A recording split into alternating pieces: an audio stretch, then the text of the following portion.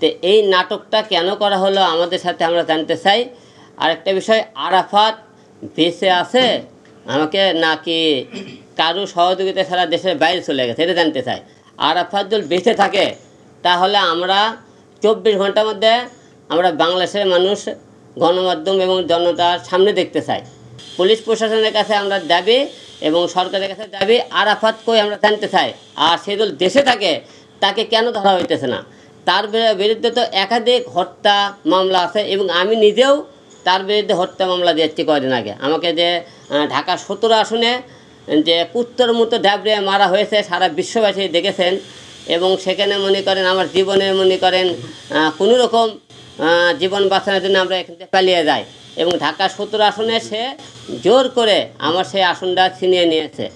এবং আমরা একটা বিষয় জানতে চাই যে পুলিশ প্রশাসনের মধ্যে কিন্তু সবাই মনে করেন না যে সবাই বিএনপির লোক আছে, জামাতের লোক আছে, অন্যান্য দল আছে।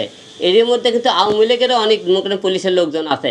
এই আওয়ামী লীগের যারা লোকজন 2-4 জন আছে, আমার মনে হয় এদের সহযোগিতায় তারা দেশের বাইরে তাকে পালানোর চেষ্টা করে দেওয়া হতেছে।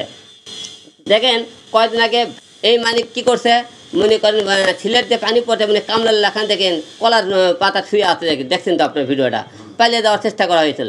এইরকম বুড়ো এমপি টেমপি মনে করেন যারা আছে এদেরকে পালানোর সুযোগ করার জন্য তারা বন্যা দিয়েছে। এই বন্যার পাইছে নৌকো ডেঙ্গে ডেঙ্গে মাছ মারতে মারতে তারা ভারতে যাওয়ার চেষ্টা করতেছে। এর মধ্যে আমাদের আরাফাতক মনে এরকম কোনো চেষ্টা করা হইতেছে কি আমি জানি না। তবে আমি আপনাকে অনুরোধ করব, এই আরাফাত কোথায় আছে তাকে আমরা দেখতে চাই, এই খুনির বিচার চাই। আর একটাই বিষয়, আমি যে তার নামে হত্যা মামলা করেছি সেই হত্যা মামলা একটাই রায় দিতে হবে, তার ফাঁসি চাই।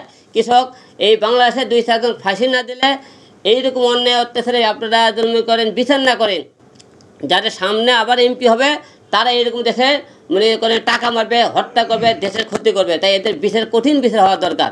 আমি আপনাদের আবারও বিনীত অনুরোধ করতেছি, আরাফাত কোথায় আছে আমরা জানতে চাই। 24 ঘন্টার মধ্যে জনগণ এদেরকে না আসে আমি প্রেস ক্লাবের সামনে কিন্তু মানববন্ধন করব।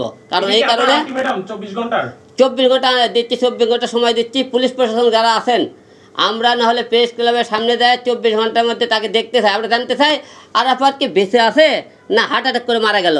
সে বয়সটা হার্ট অ্যাটাক করে মারা গেছে, তাকে সামনে আনতেছে না কেন?